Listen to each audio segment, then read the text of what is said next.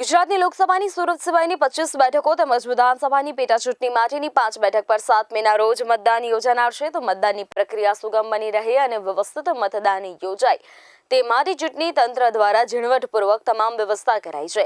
7 મેના રોજ યોજાનાર લોકસભા ચૂંટણી સમયે વધુ ગરમીને અનુલક્ષીને તેમજ હીટવેવની સ્થિતિને પહોંચી વળવા જરૂરી આવશ્યક પગલાં લેવા જિલ્લા ચૂંટણી અધિકારીને જરૂરી સૂચના આપવામાં આવી છે.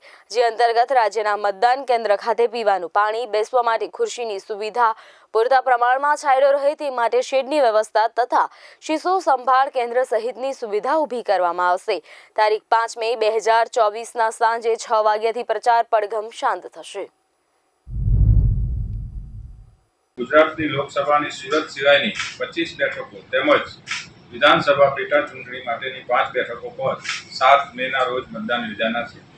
મતદાનની પ્રક્રિયા સુગમ બની રહે અને વ્યવસ્થિત મતદાન યોજાય તે માટે ચૂંટણી તંત્ર દ્વારા ઝીણવટપૂર્વક તમામ વ્યવસ્થાઓ કરવામાં આવેલ છે. ઈવીએમ અને વીવીપેટના કમિશનિંગની કામગીરી પૂર્ણ થઈ ગયેલ છે. એ સાથે સાથે વોટર ઇન્ફોર્મેશન સ્લીપના વિતરણની કામગીરી પણ પૂર્ણ કરી દેવામાં આવેલ છે. પ્રત્યેક મતદાન માટે સમગ્ર મતદાન પ્રક્રિયા યાદગાર અને સુખદ અનુભવ બની રહે તે માટે રાજ્યનું ચૂંટણી તંત્ર પ્રતિબદ્ધ છે.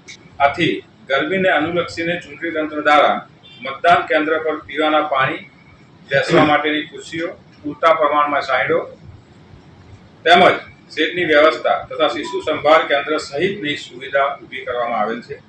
આ ઉપરાંત મતદાન કેન્દ્રો ખાતે તાત્કાલિક સારવાર માટે જરૂરી દવાઓ અને ઓઆરએસની સુવિધા પણ ઉપલબ્ધ કરવામાં આવશે.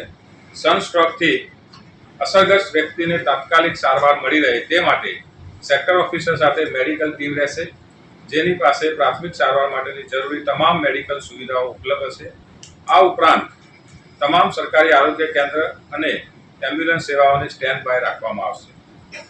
7 મેના રોજ મતદારોએ મતદાન કરવા આવતા પહેલા water helpline app, water service portal અથવા વોટર ઇન્ફોર્મેશન સ્લીપનો ઉપયોગ કરીને પોતાનું નામ તેમજ મતદાન મથકની વિગતો ચેક કરી લેવી જોઈએ.